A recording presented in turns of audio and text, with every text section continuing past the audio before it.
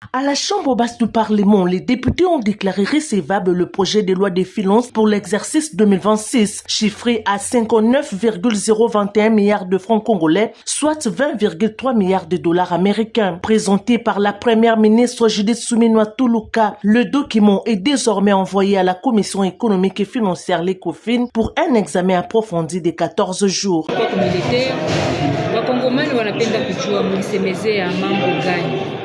En fait, msemo yangu ilikuwa msemo ya mfupi sana. Preoccupation yangu ilikuwa juu ya ile loi de finance tunatoka kusoma.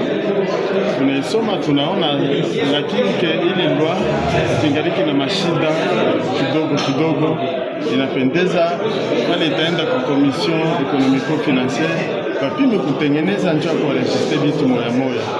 Tunasema juu ya problem ya kutafuta kimya miti yetu. Inchi kutafuta kimya miti yetu haipendezi mpaka vita. Huko tena ile approche bego na ita approche politique. Mui ule kubina pita kubunge kusema devant barafiki yangu ba kolege yangu mimi nasema hakuna budget moja iko consacré kwa approche politique. Et pourtant vita baimalizaki paka na kukombana paka na mabunduki, vita inaendelea vile kuisha na kibya na kusumbulia. Mais tunaona hii kitabu wanatupatia ya budget hakuna shifra hata moja yenye iko naonesha bisikani ni motakani banaenda kuafekte kuile approche inaitwa approche politique. Mimi nasema na mambo ya mabunga. Tunaona gouvernement passé ilituma delegation ya ba ministre walikuwa karibu 10 bakaenda Zambie, bakaenda Afrique du Sud kutafuta hii bunga. Alors que tuko na savane, tuko na mafure ya mingi hapa kwetu, tunapasha gouvernement inapasha kuleta makuta mingi kuile masekter juu bafarishie tufike mu diversification économique. Mais diversification économique yetu iko tu beko naisema kukinywa, mais en pratique hakuna kitu hata moja. Donc bitu tunasema kule iko mingi, gouvernement ifo anapasha atengeneze malipo ya mwalimu, pas seulement ba mwalimu ya yulu ya university, na ba mwalimu bote ya primaire ya secondaire.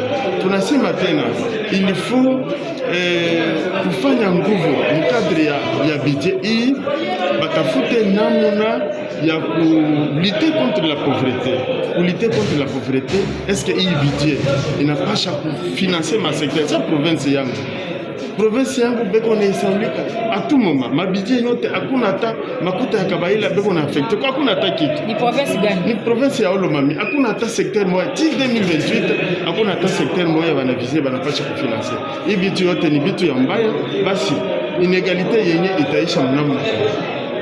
Kusema inégalité pour lutter contre la pauvreté itaisha namuna kani kama kuko ma province mzima abandonné comme la province ya Olomami. Territoire yangu ya Kabongo atutasema. Oui, intervenant vient de faire observer au gouvernement qu'il n'est pas normal que pour le budget 2026, que le gouvernement ne puisse pas prendre en compte la nationale numéro 4. C'est une route d'une très grande importance, c'est une route qui relie la partie est à l'ouest, c'est une grande route d'intérêt national. Il n'est pas normal que cette route-là ne soit pas prise en compte. La route qui part de Kisangani, passant par Bafasende, Mambasa jusqu'à Beni, et allant même jusqu'à Kassindi. C'est une très grande route.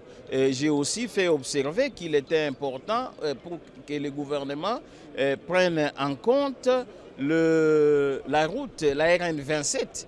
La RN27 qui va de Komanda, passant par Bunia jusqu'à Mahagi. C'est une très grande route qui doit être prise en compte dans les budgets. Nous voudrions vraiment que le gouvernement de la République, pour ce budget 2026, puisse réinscrire ces routes dans les budgets. C'est vrai que nous allons en parler encore en commission, mais il a été nécessaire pour nous de pouvoir rappeler le gouvernement qu'il était important de prendre en compte ces tronçons qui, en tout cas sur le plan économique, pourraient être très importants pour le pays.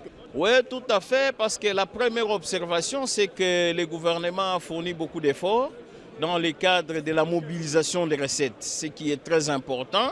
Et les budgets qui vont en augmentation comme ça d'année en année, c'est déjà une très bonne chose, donne un peu plus de moyens au gouvernement dans l'application de sa politique.